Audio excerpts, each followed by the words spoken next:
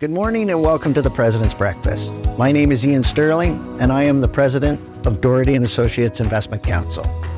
We are proud to be back again as this year's title sponsor for this very important fundraiser for the Ottawa Hospital. We're thrilled this year as two breakfasts come together as one to support such an important cause. Doherty & Associates has proudly played an important role in this breakfast since 2005. We know just how critical the Ottawa Hospital is in our community. My team and I are always inspired by the stories we hear at this breakfast, and I know this year will be no different. We are also excited to hear from the President and CEO of the Ottawa Hospital, Cameron Love, as he shares his vision for the future. We are thrilled to show our support once again this year, and we hope each of you will join us in supporting the Ottawa Hospital in transforming the future of healthcare in our city and beyond. Thank you. Please welcome to the stage your President's Breakfast co-chairs, Lisa Marie Inman and Mark Noonan. J'invite sur scène les coprésidents du déjeuner du PDG, Lisa Marie Inman et Mark Noonan.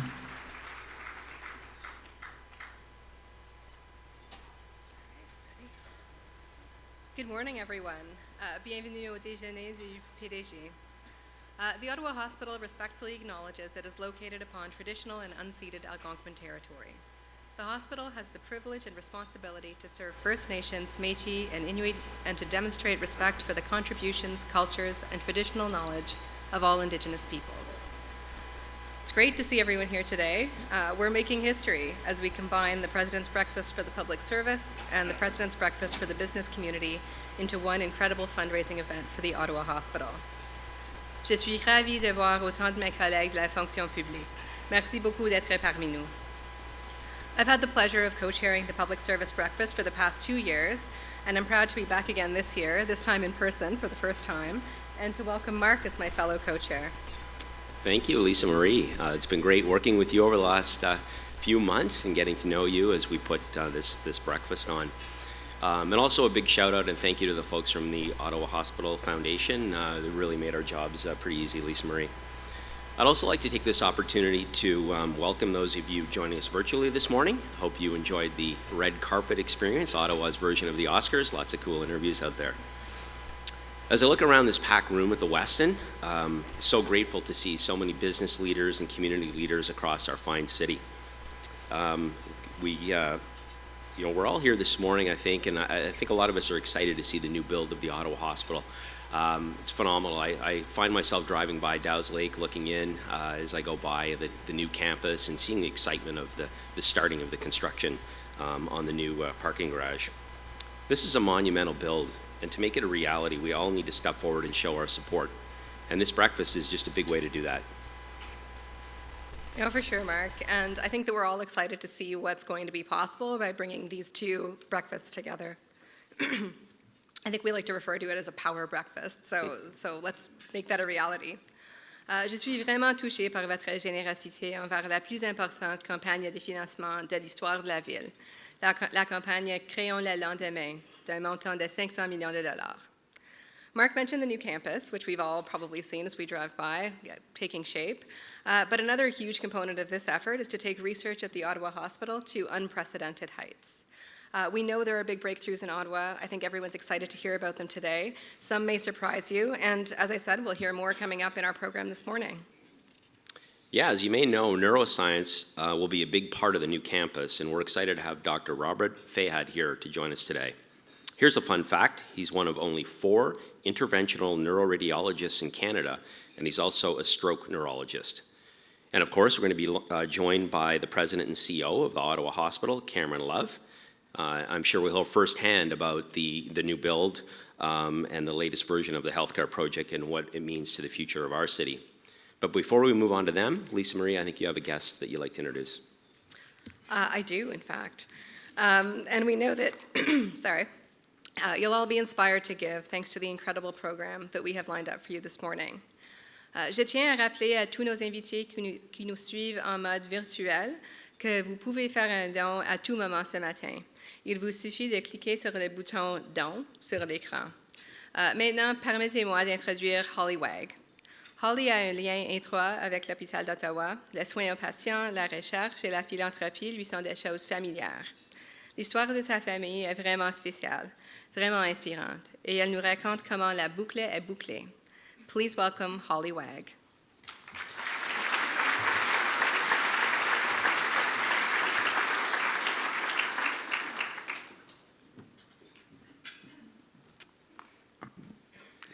Good morning, everyone.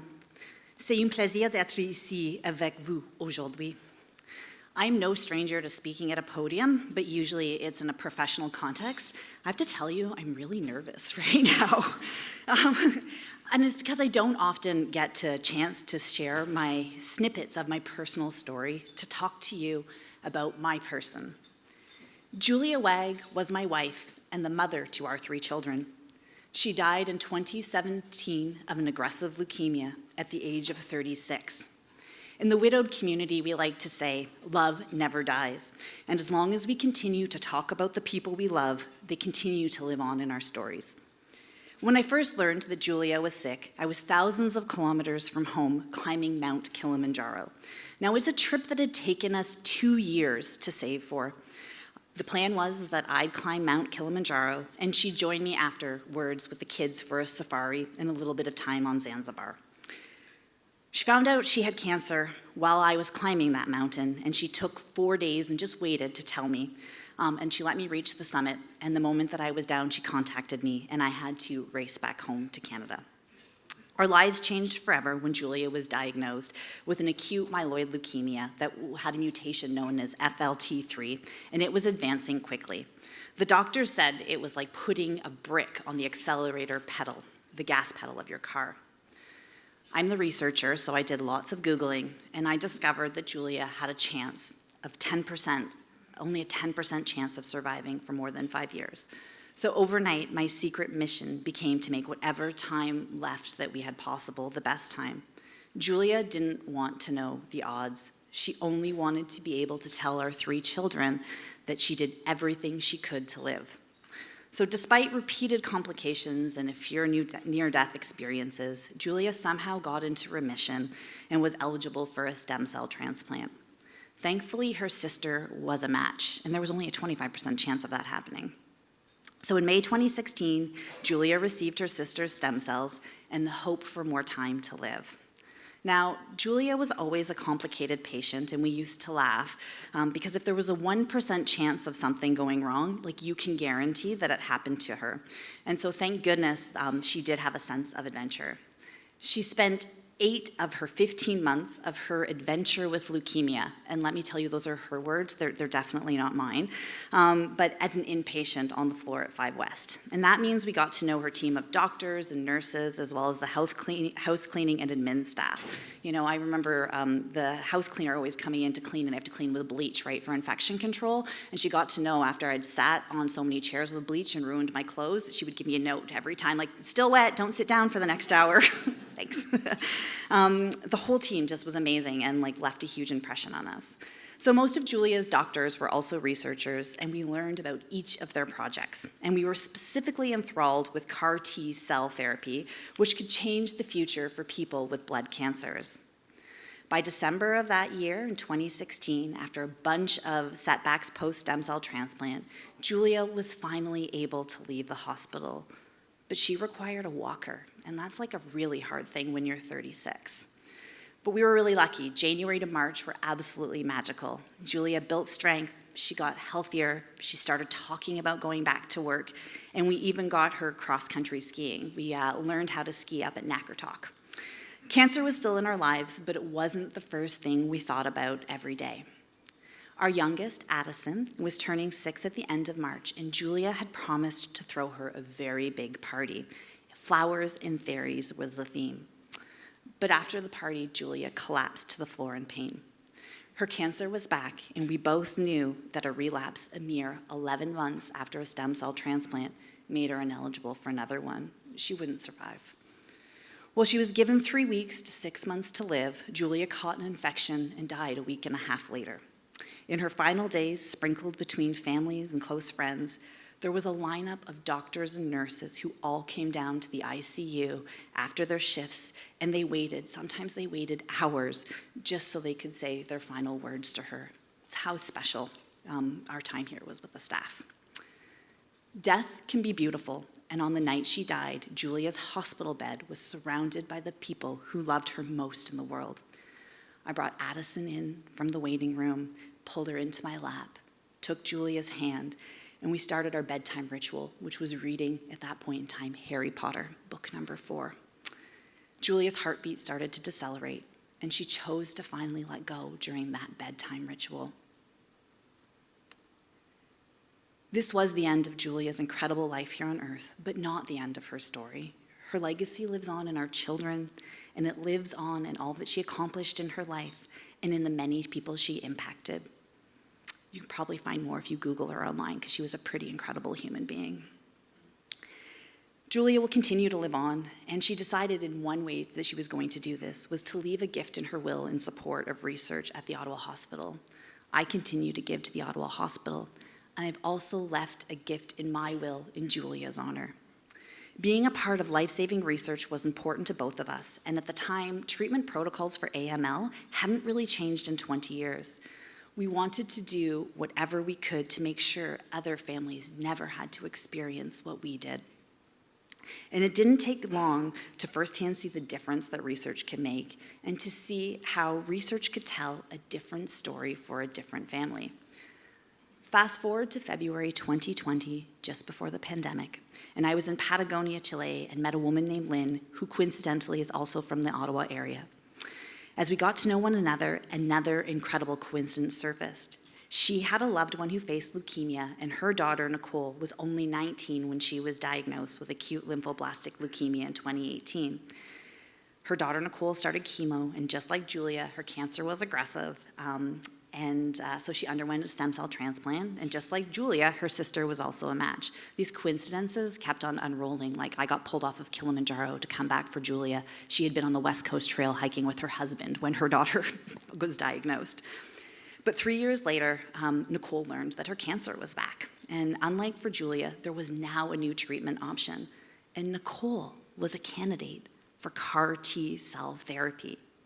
And it worked. That was 2 years ago, and Nicole is now continuing her military career in Halifax as an operations officer. And most importantly, Nicole is cancer-free. When Julia and I made this gift in our will to the Ottawa Hospital, this is exactly the kind of research advancement we had hoped to see. It's the kind of happy ending that Julia wanted to write. It's the kind of happy ending I would have wanted for our story. And how amazing is it that the Ottawa Hospital now has a CAR T clinical trial and it's saving lives?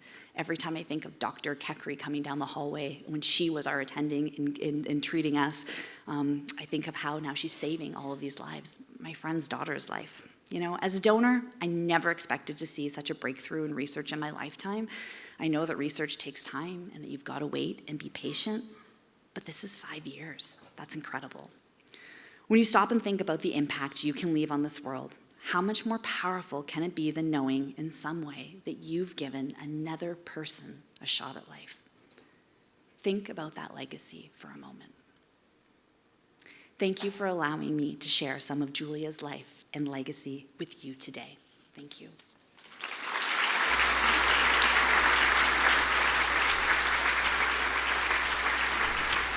The President's address is kindly supported by Sun Life Financial.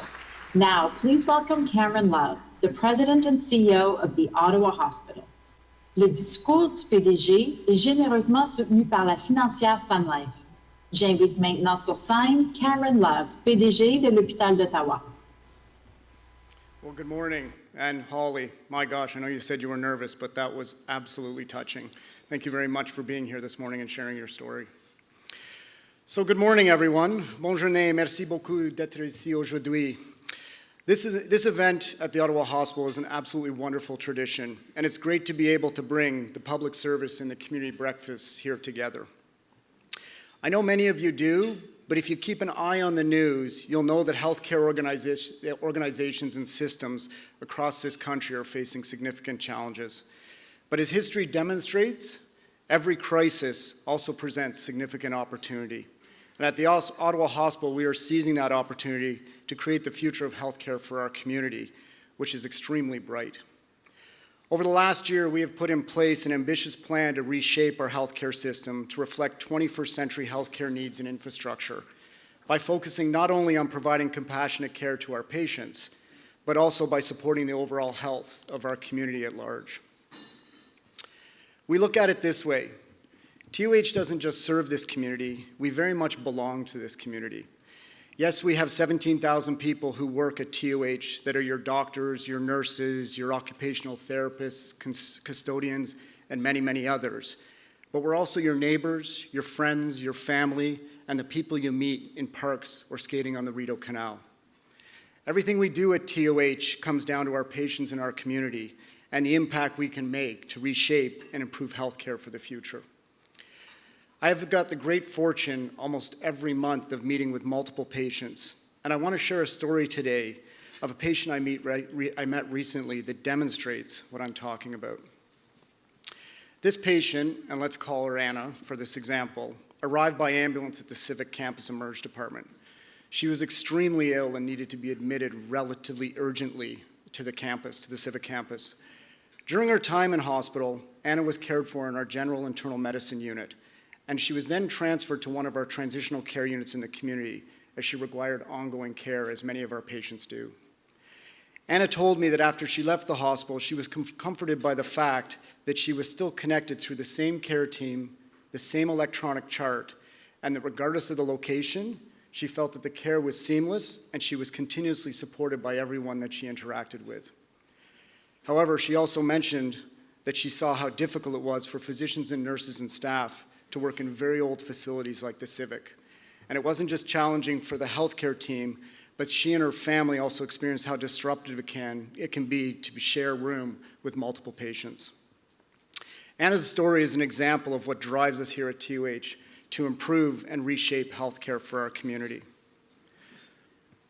One of the fundamental priorities for us to reshaping healthcare is working to develop an integrated health system for our community, where care is provided for patients throughout their entire healthcare journey, much like we experienced with Anna. To bolster our model of integrated care, in addition to building a new state-of-the-art hospital, we're also working across the region to build community clinics, satellite surgical centers, long-term care centers, and other facilities to ensure we provide that comprehensive integrated care for our community that will help support healthcare not only today, but definitely in the future. Having said that, our new campus is very much a catalyst for much of this change. When it opens, the new hospital will be one of the most modern in North America and the greatest enabler to reshaping healthcare for the future. Let me give you just a brief glimpse of what you can expect as this new hospital gets built. First, and probably most importantly, every patient will have their own room. If you've ever stayed at the Civic or General, or for that matter, any hospital across Ontario and Canada, virtually, very, very rarely do you find people that get their own room. At our new campus, not only will patients have their own room, but it'll also have space for a loved one to stay the night, as well as a private accessible washroom and shower. Each room will have a smart digital screen to keep each patient connected to their loved ones and care providers. The screens will also provide them with access to their health information, appointments, medications, and of course things like TV, movies, and the ability to order meals. Every patient will have a floor-to-ceiling window to maximize natural light, so patients can see the outdoors whether they're standing beside their bed or lying in their bed. There will also be designated spaces for spiritual reflection, ceremony, and healing to help serve the emotional and spiritual needs of our patients. And the entire campus is designed to significantly enhance accessibility. We're also planning a design that will ensure a climate-resistant hospital. It'll reduce carbon emissions, save water, conserve energy, reduce waste, and be accessible by all forms of green transportation. And finally, last but not least, the new campus will include a significant expansion of our research and innovation work. Because the reality is that new discoveries in healthcare are the key to the future treatments, not only just for our community, but globally. A new research building will house Canada's leading neuroscience center, as well as an innovation hub. And this will be an environment that will enable our teams to significantly advance research discoveries and implement new approaches using artificial intelligence and digital technology. We are already one of the top 3 leading research centers in Canada, and the work that will go on in the new campus will mean we can continue to advance and deliver quality of healthcare for our region and well beyond. Not only will it be a place where we educate future healthcare professionals, we also think it's going to be a place that will attract leading physicians, nurses, and researchers from around the globe. And we've already recruited over 2,000 new doctors and nurses at TOH over the last 18 months. This is truly an exciting project for our community, and I'm pleased to report that work on the new hospital is well underway. As it was mentioned before, the first phase is under construction, which is our parking garage that is quickly coming out of the ground, and we are now into preparing the site to begin the main building, which will start over the next year. We hope to have an announcement in the coming months about the firm who will build the new hospital. And after that, we have about a year of detailed planning before we start construction of the main hospital building. The new hospital is a huge milestone, not only for TOH, but for this community. And it truly is a once-in-a-generation opportunity for all of us. When we were starting to think about the new hospital design and planning it, our team researched the most advanced hospitals that have been built around the world over the last decade. Our team has come up with an incredible design, and I'm happy to tell you that it recently showcased at the 2023 European Healthcare Design Congress and Exhibition in London. This is a global event focused on the best healthcare designs, and very few North American hospital designs are ever featured.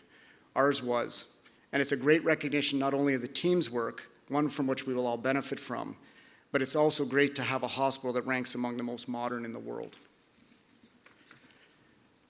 With your help and that of partners across our region, we are building the future of healthcare for our community. I can't thank you enough for your continuing support of our foundation's $500 million campaign, which will enable us to achieve our vision, and one that will definitely benefit our children and grandchildren for the decades ahead. Thanks for your time this morning, and have a great breakfast.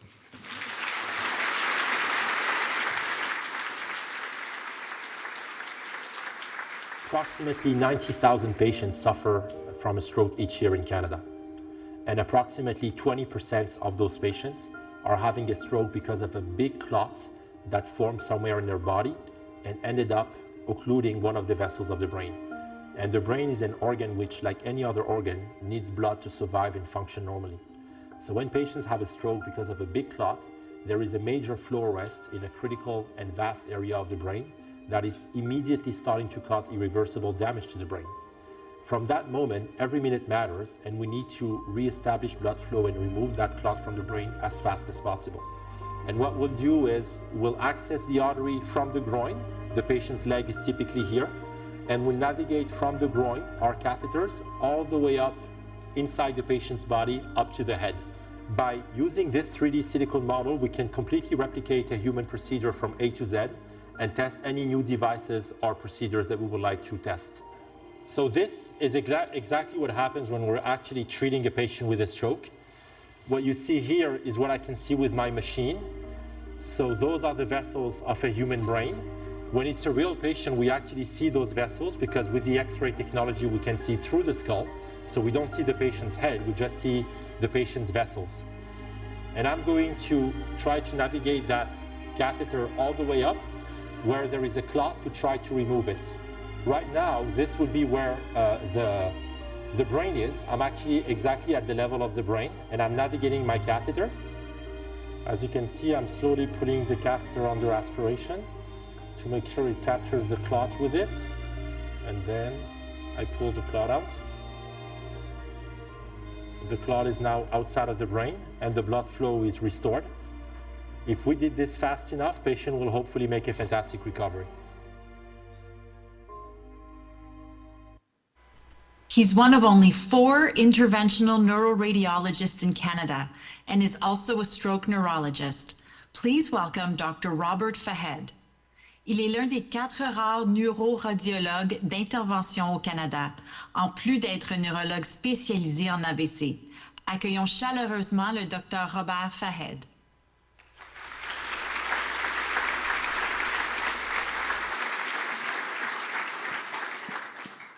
Thank you very much, everyone. Many people seem surprised when I share with them that our center is known worldwide for its expertise in neuroscience. We've made fantastic advances in addressing the most pressing challenges in this area of medicine. And I want to highlight our groundbreaking, very famous work in stroke care. Stroke is the third leading cause of death in Canada and a major cause of disability as well. And we want to change that. So our center is actually already famous for many achievements. We've already changed the way care is delivered, not only across the country, but across the world for stroke. Let me tell you a story about the most recent investments. Up to 10 years ago, what you just saw, thrombectomy, did not exist. It was known as an experimental treatment, but until 10 years ago, when someone was having a big stroke because of a big clot, they were almost systematically condemned to having a major disability or sometimes die. And what happened was that I was introduced to that technique when I was a medical student. Back in the day, I was studying urology in a famous hospital in Paris, France. And I remember very well my very first patient. It was a woman in her 50s who was admitted to the hospital for a massive stroke. Her right side was completely paralyzed and she was unable to speak. À cette époque-là, il existait seulement un médicament qui pouvait parfois dissoudre le caillot et qui ne marchait pas tout le temps. Et elle n'était pas éligible à ce traitement. There was nothing we could offer her. I was so sad and upset because I knew what was going to happen to her. She was going to be disabled, severely disabled for the rest of her life, and she had young kids. That's when a member of the care team said that there was something we could try. It was experimental, and it was called a thrombectomy. I was asked to bring the patient to a room on her stretcher, and 30 minutes later, I received a call to bring her back, and she came out of the room on the stretcher, and she was starting to move again. I remember very well she was lifting her right arm and looking at it. And that was an epiphany to me. That's when I said to myself, okay, I don't know what happened in that room, but I want to be the one doing this. I want to be the one bringing those patients back to life. You know, I always tell my patients nowadays, if you meet me, it means that you're having the worst day of your life, but I'm here to change that, and we're all here to change that.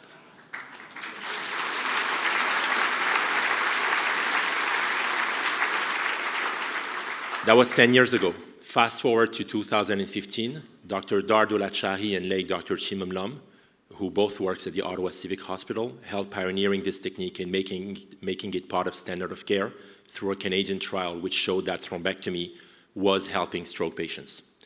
But even at that time, we were only successful in pulling the clot out 50 to 60% of the cases, and it often required several passes.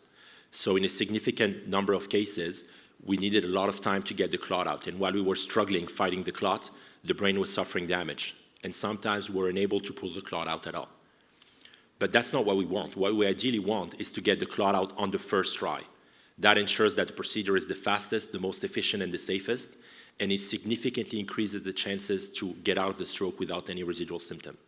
That's what we call a home run, and that's what we want to get as often as possible. With the current technologies, we get a home run in about 35% of the cases, which is already pretty good. Mais récemment, une nouvelle compagnie de Waterloo, Kitchener, a créé un nouveau cathéter avec des résultats très prometteurs sur les chances d'extraire le caillot du premier coup. Cette compagnie nous a approchés à l'hôpital d'Ottawa et nous a demandé d'aider à développer puis à tester ce cathéter qui est maintenant approuvé par Santé Canada et qui commence à être déployé. So why did they choose us? Well, our program is actually famous worldwide for its expertise in stroke. In terms of clinical care, that thrombectomy procedure, we perform it up to 200 times a year already. We're one of the biggest centers of Canada in terms of volume. And in terms of research, our stroke program is one of the most famous and productive teams in the world. We are currently testing that catheter. So that home run that I was talking about, 35%, that catheter is achieving it is 85% of cases. This is major. We are currently testing the catheter in a proper trial which we design. And if those results are confirmed at a larger scale, it's going to be a major game changer. Because when we can get a home run, patients completely recover within 20 to 30 minutes after the procedure and they're home the day after, as if nothing had happened to them. So it is major. But it gets better because there is another work first that is going to happen at our hospital very soon. As I've shown you in that video, The X-ray technology that we use allows us to see through the body, but we don't see what's inside the vessels. We see through the vessels.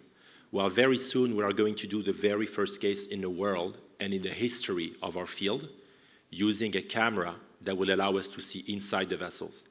This has never been done before. There has never been any technology that was created and used to see inside the brain vessels. I don't need to explain to you how much of a game changer that is. This is also a Canadian product, by the way, designed by that same company. And the Ottawa Hospital is very soon going to perform the very first case in the world.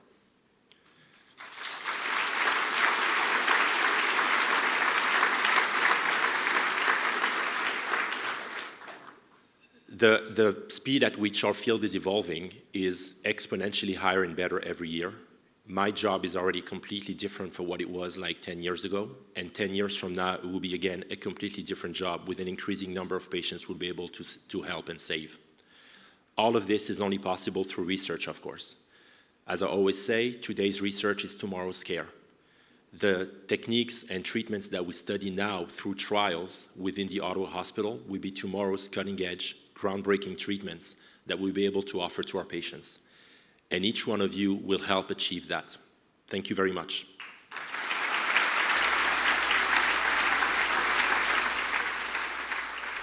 Please welcome Geneviève Bétournay to the stage. J'invite sur scène Geneviève Bétournay.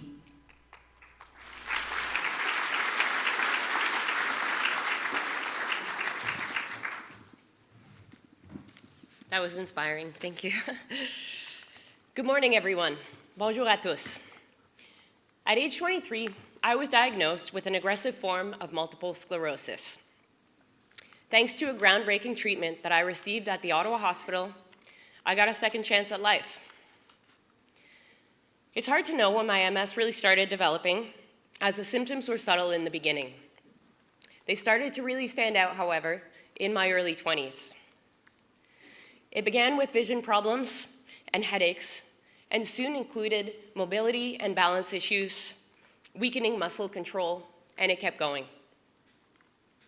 When I was formally diagnosed, I was in the first month of my master's at the University of Ottawa.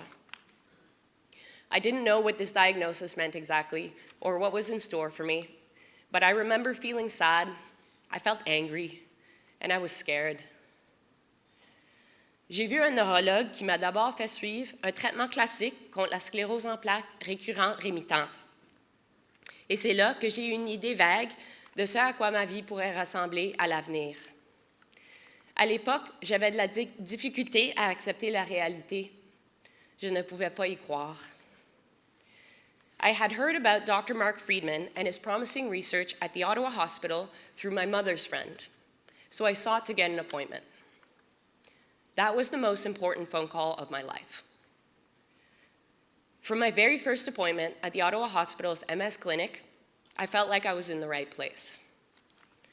I was told about multiple treatment options from the start, which comforted me a lot, not to mention the fact that I felt like I had a whole team looking out for me and access to many resources, all of which was invaluable at a time when I desperately needed the reassurance of expertise.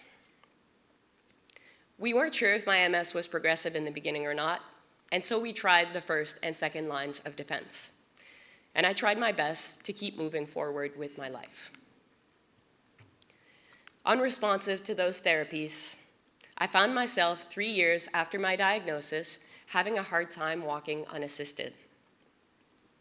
I was facing a future where my quality of life was quickly diminishing and I would face a premature death. The numbness that had started in my toes was now approaching my hips. I had chronic headaches, fatigue, dizziness, infections, worsening spasms and vision problems. I was losing control of my body at an alarming rate. My MS was indeed progressive, and it was not slowing down.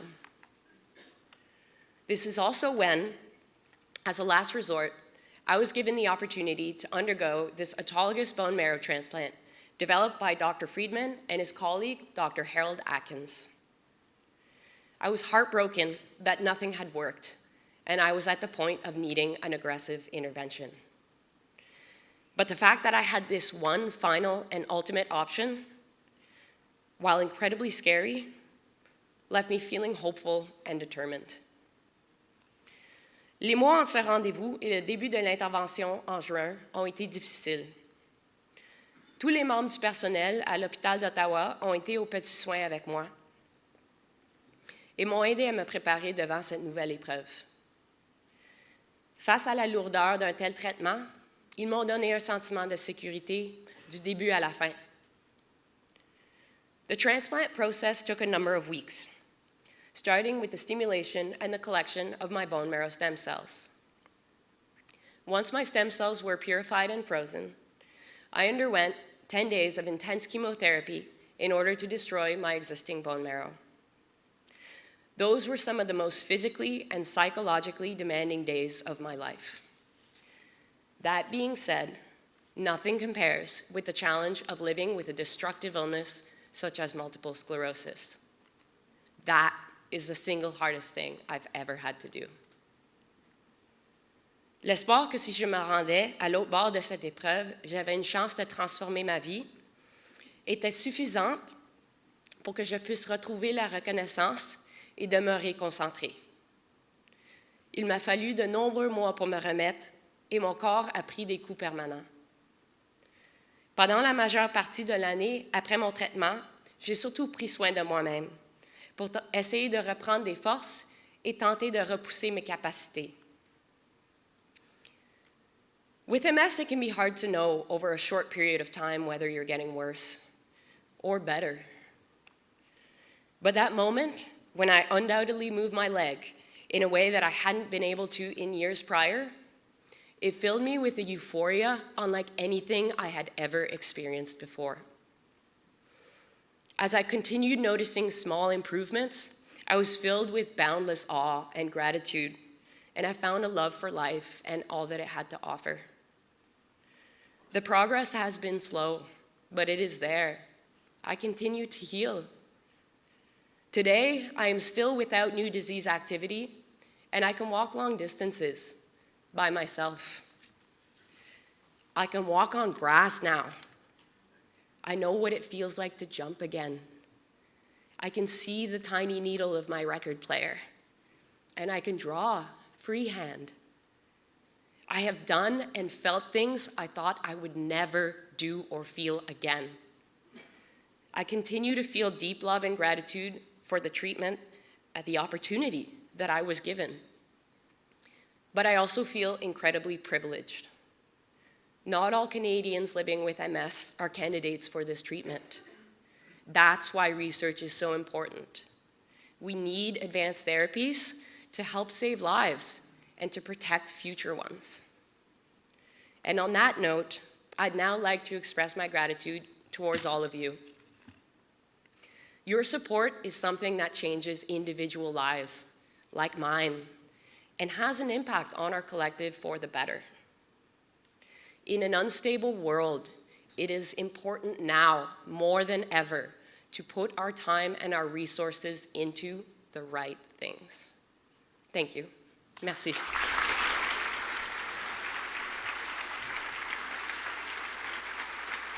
For their closing remarks, please welcome back your President's Breakfast co-chairs, Lisa Marie Inman and Mark Noonan. Pour leur allocution de clôture, j'invite sur scène Lisa Marie Inman et Mark Noonan, co-présidents du déjeuner du PDG. Wow, what a great story, Geneviève. Thank you very much for sharing that with us and your journey. Phenomenal. This MS treatment pioneered right here at the Ottawa Hospital is a perfect example of how researchers and physicians are pushing the boundaries of change to save more lives, not just in Ottawa, but globally. And Geneviève, I caught up with you earlier. I understand that you own the Art House Cafe. I think Lisa Marie and I might be by for a coffee. Maybe some of your 600 new friends will be by as well. Perfect. Thank you, Mark. I would love a coffee. Et merci à Holly. Écouter l'histoire de Julia et voir aujourd'hui l'impact de sa réflexion avant-gardiste illustrait bien la raison de notre présence ce matin. Hearing these stories makes me think of my own experience. I was born in Ottawa at the Ottawa Hospital and grew up just a few kilometers away. I think there were probably years of my life where I passed it every single day, either on my way to a school or to an activity. I'm sure many of us here can say the same thing. And I have several family members who have been cared for and who are being cared for at the Ottawa Hospital. In fact, most recently, I've witnessed the exceptional and compassionate care of the team at the Cancer Center, where my dad, who's here today, is being treated. My family and I are deeply grateful for all of the care that we've received at the hospital over the years. It's stories like these that make each of us want to be a part of what's possible in the future. I look forward to hearing what Dr. Fahed has to say in 10 years. It was truly amazing to see the progress that's been made so far. But it's not just about dreaming, as you all know. We do need to act together to help make new research advancements and the new hospital campus a reality. Our support is critical, and that's why we're all here this morning. I caught up with Dr. Fahed at the table, and the new hospital build is a big reason, and the excitement to come to Ottawa, so it's just a phenomenal story. It's an exciting moment in our history that each one of us should really want to be a part of. I think Cameron's depiction of the hospital is just phenomenal for those of you that haven't seen it before. It's our responsibility to give back to our community and ensure everybody has the same access to the most advanced healthcare. Philanthropy is an important role that we each must play. And when we all come together, there's just so much more we can do as a community. So Lisa, Marie, and myself invite you to become a member of the President's Council of the Ottawa Hospital by donating $1,000 or more per year. So Mark and I are both happy to have made our gifts to the hospital, and we do ask all of you to do the same. If you can, as you decide what you'd like to give, a long-term commitment would have a stronger impact on planning being done by Cameron Love and his team.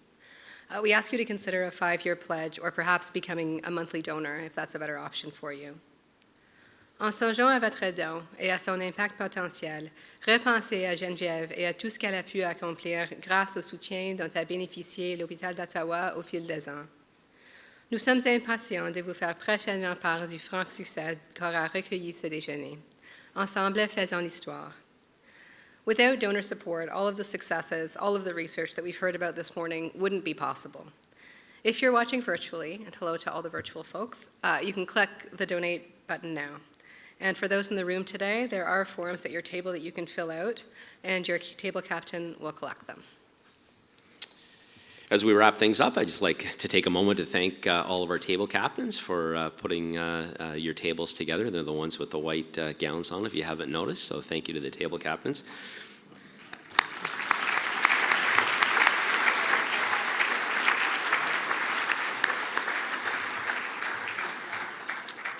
We'd also like to thank our very generous sponsors, Doherty & Associates Company Limited, Sun Life Financial, Eamon Harden, LLP, Train Technologies, WCPD Foundation, Coughlin & Associates Limited, my friends from Deloitte, Abbott Nutrition, Good Key Weedmark & Associates, Inc., Quickie, Kelly Santini, LLP, CGI Group, McKinsey & Company, and finally, BDA Lighting Group.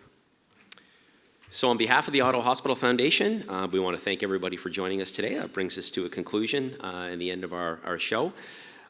Please, I welcome you to do what you can to support our foundation and the building of our new hospital. Thank you.